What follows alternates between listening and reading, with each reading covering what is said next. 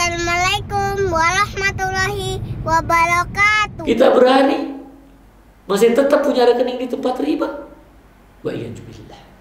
Rezeki kita sudah dijamin ikhwafillah. Rezeki kita tidak pernah tertukar. Maka segera tutup rekening kita yang ada di tempat riba. Karena 1 detik ke depan kita tidak ada yang tahu. Apakah kita masih hidup? Apakah kita masih bernyawa? Apakah kita masih sempat untuk bertobat kepada Allah? Ikhwafillah, jangan uang yang sedikit menjadi penyesalan tiada akhir.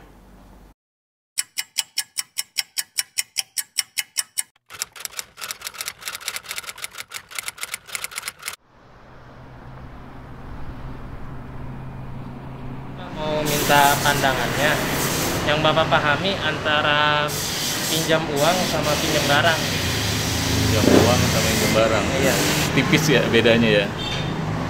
Pinjam uang juga riba kan. Pinjam barang ya. Kayak berupa emas gitu ya. Mobil, motor, Mobil, ya. Rumah. Susah bedain saya nggak bisa deh. Assalamualaikum Mbak. Waalaikumsalam. Nah, jadi gini Mbak, saya ingin tanya nih, berikan pandangan Mbak mengenai pinjam barang sama pinjam uang. Menurut saya ya, Iya, menurut Mbak.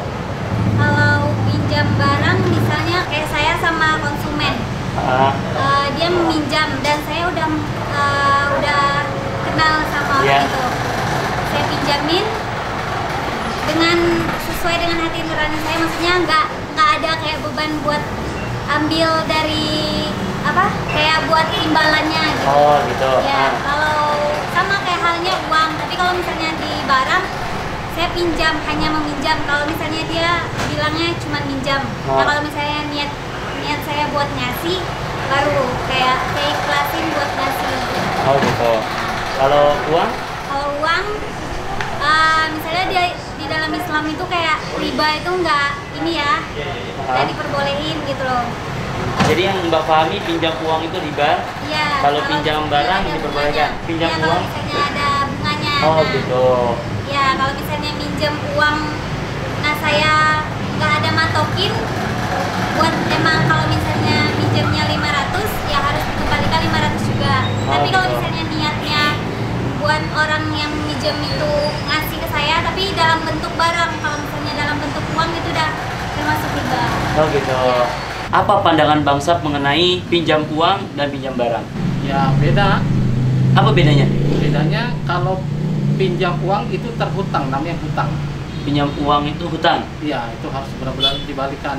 Tapi kalau pinjam barang tergantung orang ya. Kalau misalnya barangnya bentuknya apa gitu. Kalau cuma kayak yang hal-hal yang kecil ya, kayak misalnya kayak pinjam contohnya topi, ya sudahlah, paling ya nggak terlalu dipermasalahin. Tapi kalau uang itu pasti dipermasalahin. Oh gitu. Dan juga itu kan ada hukum syar'inya juga ada. Gitu.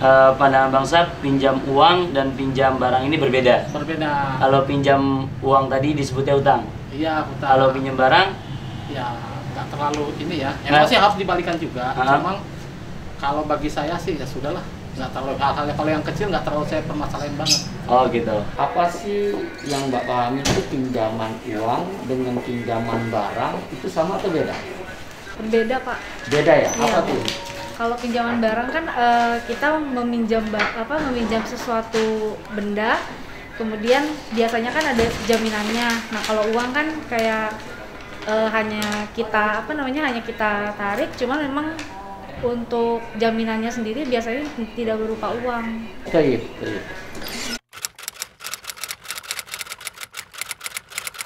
Tadi baru saja antum lihat begitu banyak yang ditanya masyarakat, ya, mereka berpandangan atau dia punya pandangan bahwa pinjaman barang dengan pinjaman uang itu mirip-mirip, beda-beda tipis.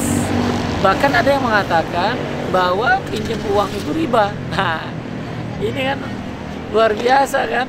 Nah, makanya kesempatan saat ini Ana coba ingin berikan pencerahan kepada antum bahwa pinjam uang itu bukan riba. Ya, pinjam uang itu bukan riba.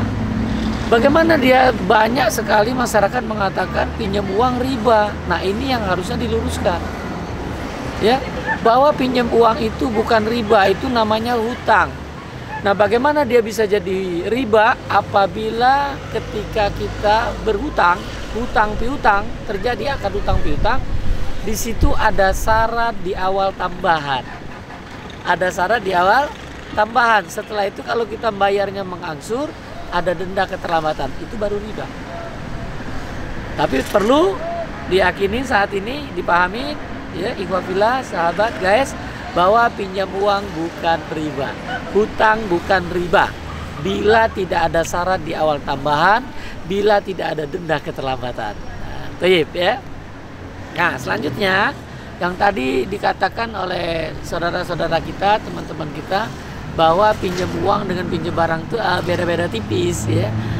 Tahu sih beda, tapi gimana cara membedakannya? Nah, ya. Nah, taib, kita akan lihat cara membedakannya. Itu harus dilihat dari sisi akad. Akad tuh ada 3, dilihat dari tujuan, dilihat dari konsekuensi, dilihat dari karakter. Sehingga kita akan nampak jelas apa itu pinjaman uang, apa itu pinjaman barang. Sama di awal pinjaman. Nah, toyib ya, perhatikan baik-baik. Pinjam uang namanya hutang. Pinjam uang namanya hutang, itu dikenal oleh masyarakat. Nah, masuk ke tujuan, dia masuk ke tabaru. Ya, kata tabaru yaitu sosial. Nah, di sini nggak boleh ya ada syarat di awal tambahan atau denda keterlambatan. Kalau ada, dia menjadi riba. Ini kalau dia pinjam uang sama dengan hutang. Yang kedua, pinjam barang. Nah, pinjam barang ini namanya sewa. Nah, namanya sewa, akadnya ijaro. Nah, itu masuk ke akad tujuan apa? Tujuannya adalah tijaro, akad bisnis. Bisa mendapatkan keuntungan dunia dan akhirat. Itu kalau kita lihat posisi dari akadnya dari sisi tujuan. Baik, kita coba lihat dari akadnya, kita lihat dari sisi konsekuensi. Pinjam uang yang namanya hutang tadi, kalau di konsekuensinya dia mengikat satu pihak. Mengikat satu pihak. Hanya terikat adalah yang berhutang. Ya, hanya yang berhutang. Jadi dia kapan saja bisa memutuskan akad utangnya. Mau besok dia selesaikan, mau sepekan atau sesuai dengan kesepakatan. Ya, jadi kalau dia akad hutang itu yang terikat hanya satu pihak.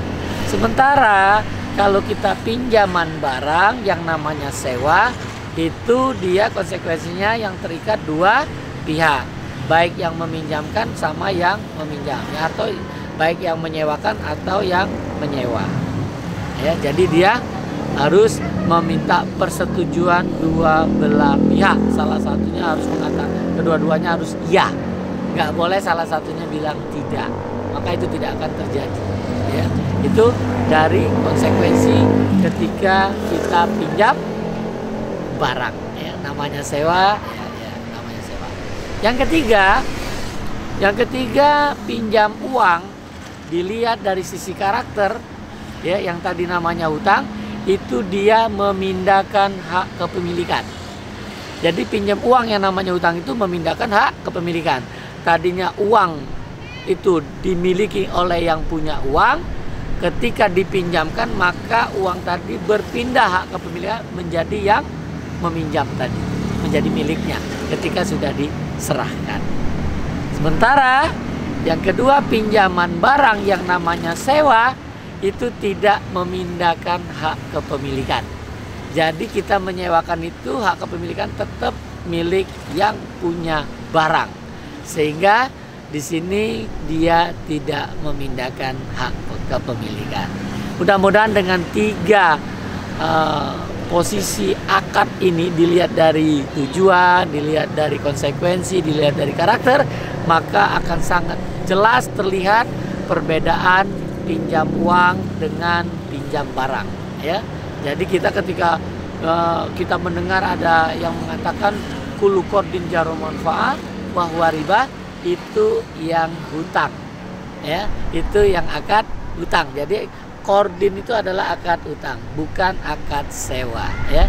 Mungkin ini yang bisa kami berikan pencerahan di pagi siang hari ini kepada sahabat Villa, sahabat Asana, guys ya, dimanapun antum berada.